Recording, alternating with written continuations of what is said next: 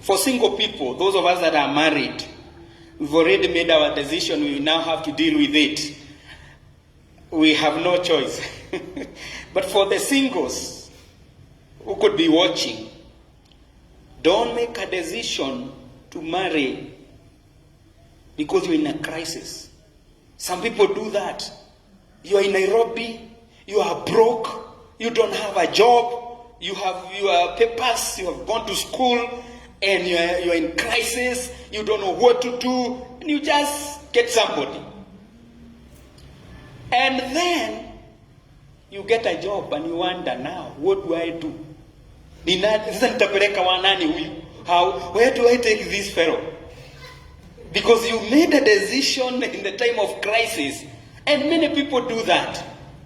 And you wonder, and you have made vows. But now you're realizing, I think I was not okay when I made this decision. And you have to live with it for the rest of your life. Don't just quit work because it's a season of chaos in your organization. It's a season. It won't be like that forever. This season will come to an end. And you don't make permanent decisions due to a season that is not permanent. A season you are not, you have misunderstanding with your employer or with colleagues, and you are quick to make decision and quit. And then 2 weeks down the line, that boss that you are running away from is fired or transferred, and you have quit and you don't know what to do. Don't make these major decisions during a time of crisis. This family lives only to hear that God has remembered Bethlehem. God has provided bread, but the damage has been done. The man is dead. The 2 sons are dead. Please note that there will be seasons when there is no bread in Bethlehem. Bethlehem means the house of bread.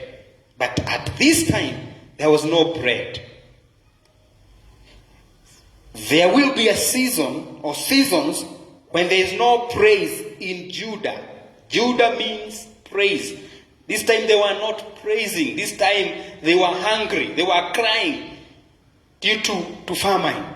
But this season came to an end. This season came to an end. But now, remember we are talking about decisions and destiny helpers.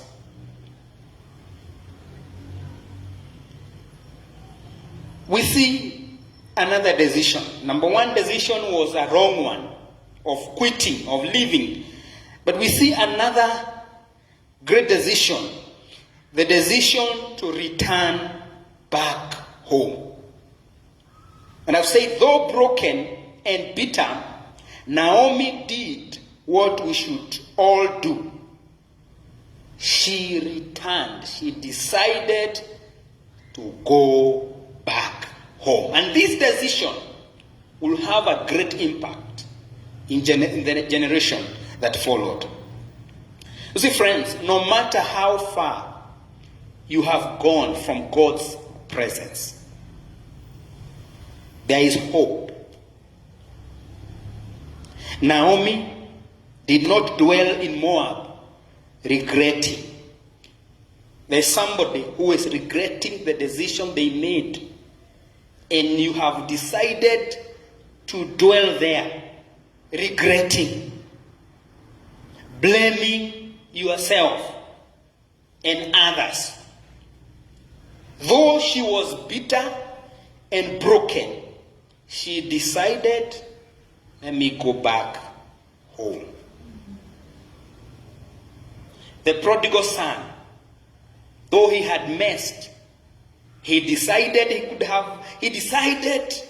to arise. This is our year of arising, and go back to his father.